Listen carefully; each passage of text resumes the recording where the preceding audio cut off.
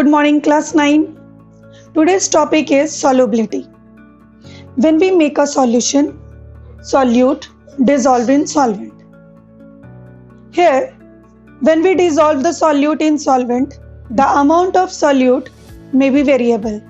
The maximum amount of solute which can be dissolved in 100 grams of solvent is called its solubility. Hence, solubility we can define as the maximum amount of solute which can be dissolved in 100 grams of solvent at a particular temperature is called solubility of solute on that solvent. For example, at 20 degrees Celsius, 36 grams of common salt soluble in 100 grams of water. Hence, solubility of common salt is 36 grams. At which temperature? At 20 degrees Celsius.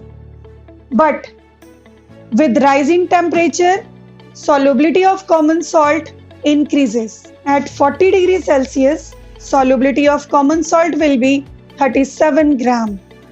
It means the temperature affected the solubility of solute. Different substances have its different solubility.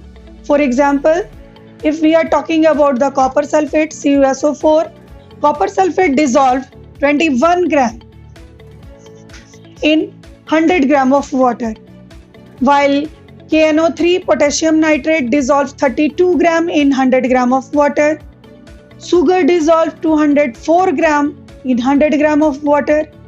Different substances have its different solubility in solvent. Solubility affected by the temperature and pressure. What is the effect of temperature and pressure on the solubility of solute is given here. The solubility of a solid in liquid. If solute is solid and solvent is liquid, then solubility of solid in liquid increases with increase in temperature and decreases with decrease in temperature. Students, just before we have discussed that at 40 degrees Celsius, common salt dissolved 37 gram, while at 20 degrees Celsius, it dissolved 36 gram. But solubility of solid in liquid remains unaffected by change in pressure. If we change the pressure, there is no change in the solubility of solid in liquid solvent. What happens when a gas dissolves in liquid?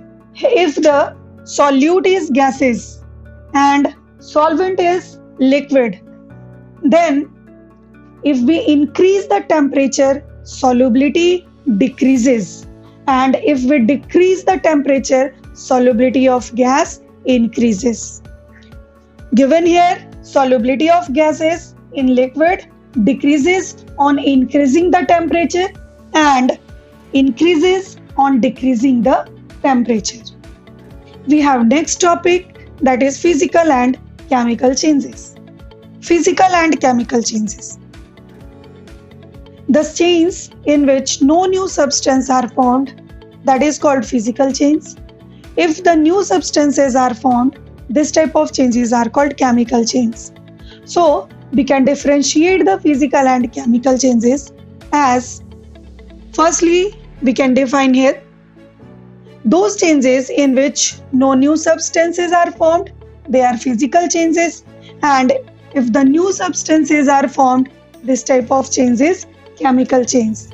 Example of physical changes are state change of water. Ice changes into liquid water. When we heat this liquid water, it changes into vapor.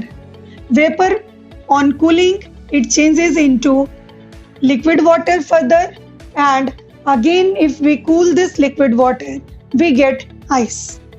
This is called a state change of water.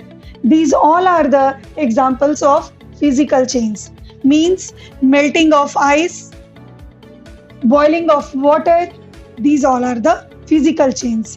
Glowing of bulb, this is also a physical change. because in these changes there is no any new substances are formed. Example of chemical changes are burning of paper, ripening of fruits, curding of milk, rusting of iron. In these changes, new type of substances are formed. The third difference is physical changes can be reversed by reversing the condition. For example, when ice on heating changes into liquid water, further heating it changes into vapor. But if we reverse the condition, if we cool this vapor, we get the liquid water. And if we cool this liquid water further, we get ice. In the chemical changes, it is not reversible. We can't get the initial substances by reversing the condition. It means chemical changes cannot be reversed by reversing condition. Next difference is physical changes are temporary changes. It is not permanent. Ice changes into liquid, liquid further changes into ice by cooling. It is not the permanent change. This is temporary change. But chemical changes are permanent change. When we burn the paper, we get a black color of ash. This black color of ash cannot be changes into further paper. So this is a permanent change. Chemical changes are permanent changes while physical changes are temporary changes. This is the difference between the physical and chemical changes. Thank you.